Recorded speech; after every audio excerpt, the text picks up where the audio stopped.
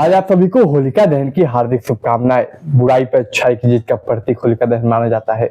उम्मीद करता हूँ कि आप आने वाली होली कल या परसों आप जब भी मनाएं अच्छे से मनाइएगा और शांति तरीके से मनाइएगा। यही कामना करता हूँ आप और आपका पूरा परिवार खुश रहे और आपके घर में खुशहाली भर जाए। तो चलिए हम आज की कहानी को बढ़ते हैं। देखिए आज की हमारी जो कहानी है वो काफी सोचने पर मजबूर कर देने वाली है कि इंसानियत या धर्म की क्या बात होगी। मतलब क्या, इसकी कहानी सुनिएगा तो आप भी सोचने पर मजबूर जरूर हो जाइएगा क्या कि कोई इंसान ऐसा कैसे कर सकता है एक बच्चे के साथ। नमस्कार, मेरा नाम है विवेक सिंह और एक नई सच्ची कहानी में आपका स्वागत करता हूँ। देखिए आज की हमारी जो कहानी है वो कहानी है यूपी के कानपुर की। यूपी के कानपुर में एक मुस्लिम मोहल्ला है। देखिए अभी रमजान का सीजन चल रहा है और रमजान चल रहा है लगभग 1 महीने तक या 40 दिन तक रहता है। तो देखिए होता क्या कि रमजान के समय की बात है, अभी कुछ समय पहले कुछ दिन पहले की बात है। होता क्या है कि रमजान में हम लोग खाने के साथ एक समय होता है, इफ्तारी कहते हैं उसे। इफ्तारी का खाने का समय होता है। तो देखिए एक 13 साल का बच्चा था। 13 साल का बच्चा था, वो जिम जाया करता था। उसे बॉडी बनाने का शौक था, उसका अपना पर्सनैलिटी को डेवलप करने का शौक था। तो उसका जो जिम का टाइमिंग था, समय था, वो 5 से 6 बजे शाम के बीच था। देखिए होता क्या कि 5 मार्च साल 2025 को रोजा खुलने का समय होता है।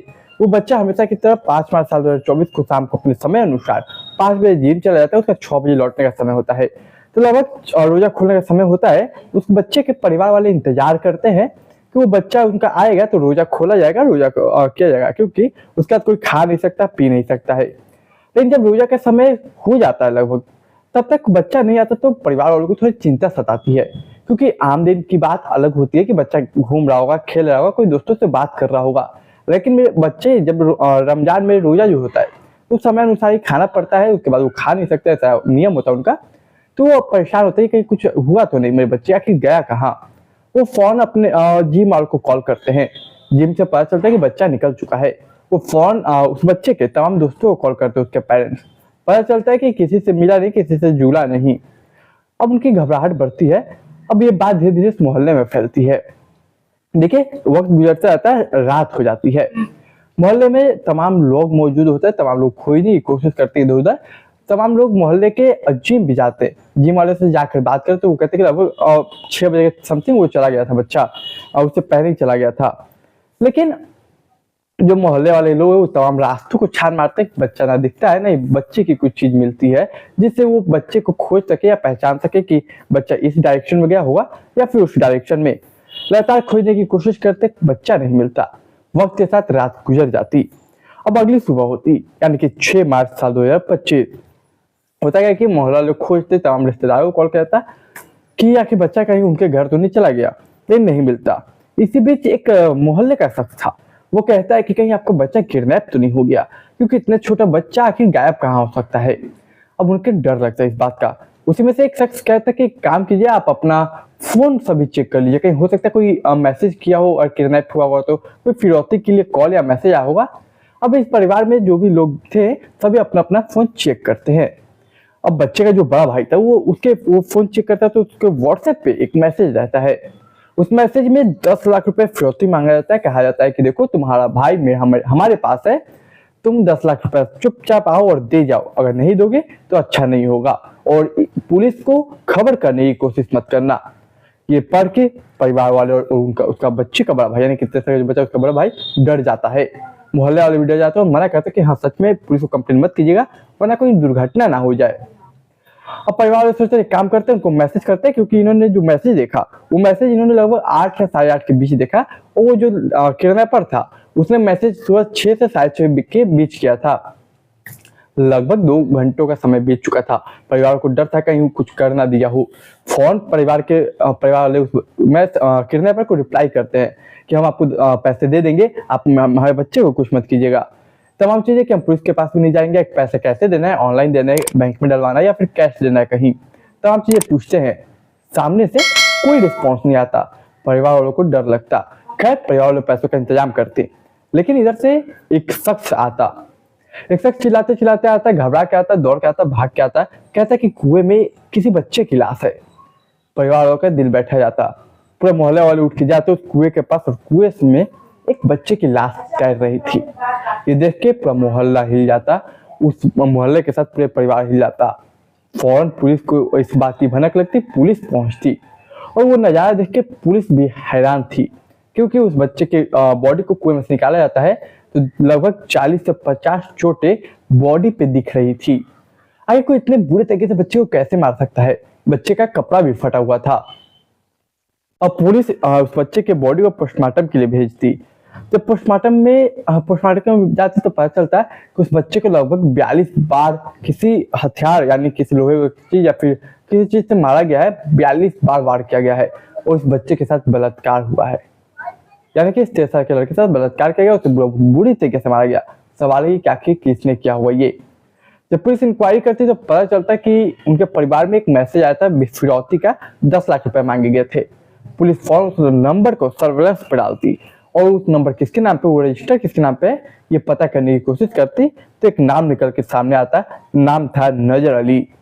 नजर अली के फोन को, लोकेशन को ट्रैक किया जाता और फिर पुलिस की एक टीम फोन ट्रैक करके वहां पे पहुंचती। वहां से नजर अली को अरेस्ट कर दी और थाने लाके अपने पुलिस अंदाज में पूछताछ करती। तब जो कहानी निकल के सामने आती है वाकई में हैरान कर देती है। दरअसल ये रमजान के महीने की बात है। होता क्या कि अभी कुछ समय पहले नजर अली की शादी हुई थी उसकी बीवी हुसैनी से। रमजान का समय था, उसकी बीवी धार्मिक थी, वो भी धार्मिक था, तो रोजा किया था उसकी बीवी ने।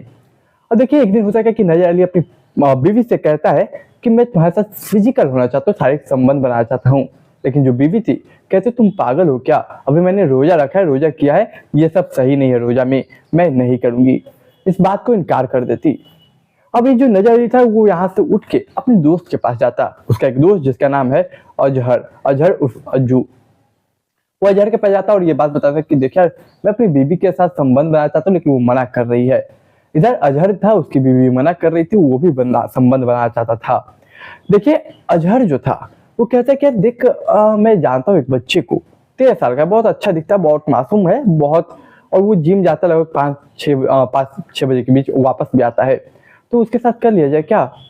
ये जो आइडिया था वो कहीं ना कहीं नजर अली को पसंद आता है। कहता है हाँ। तो अजहर बोलता है मैं जानता हूँ उस बच्चे को, बच्चा मुझे जानता है।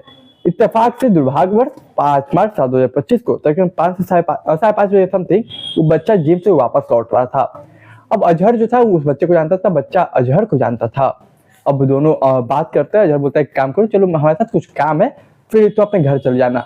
अब जो बच्चा था कहता नहीं मेरे मम्मी पापा रोजा खोलने के लिए, रोजा तोड़ने के लिए इंतजार करूंगा, मुझे घर जाना होगा। तब अजहर बोलता है कि क्या तुम मतलब क्या गरीब के पास नहीं जाओगे, गरीब के साथ तुम कभी खा नहीं सकते हो? मानता हूँ कि तुम अमीर हो लेकिन गरीब के साथ भी कभी खा लिया करो। अब ये बात वो मासूम बच्चे को बुरी लगती है कि यहाँ अमीर और गरीबी की क्या बात है। बोलता है चलिए मैं आपके साथ चलता हूँ। इसके बाद अजहर प्लान करता है, वो सुनसान इलाके यानी सुनसान रास्ता था, वहीं से उसको ले जाता है नजर अली के पास। नजर अली एक तरफ इंतजार कर रहा था, रस्सी और एक डंडा लेकर नजर अली के पास जाता है, पहुंचता है। अब वो जो बच्चा था कहता है कि यहाँ पे खाने की चीज कहाँ पे है? तो जो अजहर था कहता है, उतना में कुछ बोलने की कोशिश करता, उतने में जो पीछे से नजर अली था वो उस लाठी या डंडा जो भी था उसे उसके सर पे यानी कि बच्चे के सर पे वार करता, बच्चा वहीं पे बेहोश हो जाता। इसके बाद नजर अली और अजहर दोनों मिलकर उस लड़के के साथ बलात्कार करते, रेप करते, वो भी एक बार नहीं मल्टीपल टाइम्स। वो सुनसान रास्ता था, इसकी वजह से कई बार वो मल्टीपल टाइम्स बच्चे का रेप करते। इससे बच्चे के हालात खराब हो जाते, बच्चे को काफी ब्लीडिंग होने लगती। अब ये डर जाते। उसके बगल में एक सरिया था, सरिया से वो लोग कई बार लगभग 10 मिनट तक 42 वार करते उस मासूम, उस छोटे से बच्चे पे। तो एक छोटा सा लड़का जिसके साथ बलात्कार किया गया हो मल्टीपल टाइम और उसके बॉडी पे 42 बार वार किया गया हो, क्या हालत होगी, कितना दर्द से वो तड़पा होगा उस वक्त। अब ये कर तो देते हैं ये लोग ये काम, इसका उन्हें लगता है कि पूरा गांव खोज रहा होगा। अब हम कहे तो करें क्या? जब सुबह होती है तो उनको समझ में आता है कि करे क्या, तो उनके बच्चे का जो फोन था वो अपने पास रख लेते हैं। फोन से वो मैसेज करते क्या इसका परिवार बहुत ईमानदार है, पैसे मांगते कुछ पैसे भी मिल जाएंगे। फोन वो जो अजहर था वो मैसेज करता उसके बड़े भाई को, व्हाट्सएप खोल के फिंगरप्रिंट का सिस्टम था, फिंगरप्रिंट एक्सेस ले लेता है, उसके फोन भाई के फोन से मैसेज कर देता है। और लगभग ये मैसेज 6-6:30 बजे के बीच करता है। 2 घंटे तक जब कोई रिस्पॉन्स नहीं आता तो उन्हें समझ नहीं आता है रिस्पॉन्स आ क्यों नहीं रहा है। फिर याद है कि मैंने आपको बताया होगा कि एक शख्स था जिसने कि कहा था कि देखो हो सकता है मोबाइल पे कोई कॉल या मैसेज आया होगा फिरौती के लिए, ये वही शख्स था। दरअसल इसे लगता है कि कोई देख नहीं रहा, एक बार मैं ही जाके बोल देता हूँ। तो ये शख्स जाता है, उस भीड़ का हिस्सा बनता है, उसके बड़े भाई को बोलता है कि देख लो यार, कोई फोन या मैसेज आया होगा फिरौती के लिए, कहीं किडनैप हो गया होगा। ये शख्स वही था।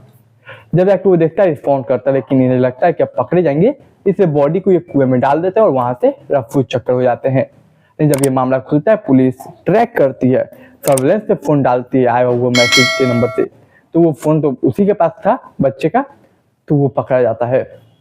देखिए इस कहानी से कई सारी चीजें सोचने पे इंसान क्या कि सिर्फ धर्म की बात नहीं, यहाँ पे इंसानियत को भी शर्मसार कर देने वाली ये कहानी है। तो देखिए आपकी इस कहानी पे क्या राय है, क्या विचारधारा है, आप अपनी राय विचारधारा कमेंट बॉक्स में जरूर रखिएगा। मैं अक्सर सच्ची घटना पर आधारित एक क्राइम स्टोरी हमेशा डेली रात 9 बजे लाता हूँ, तो अपने चैनल को सब्सक्राइब कीजिए, अपने दोस्त रिश्तेदार परिवार के साथ शेयर कीजिए। मैं मिलूंगा एक नई कहानी में, तब तक के लिए आप मुझे इजाजत दीजिए, चैनल को सब्सक्राइब कीजिए।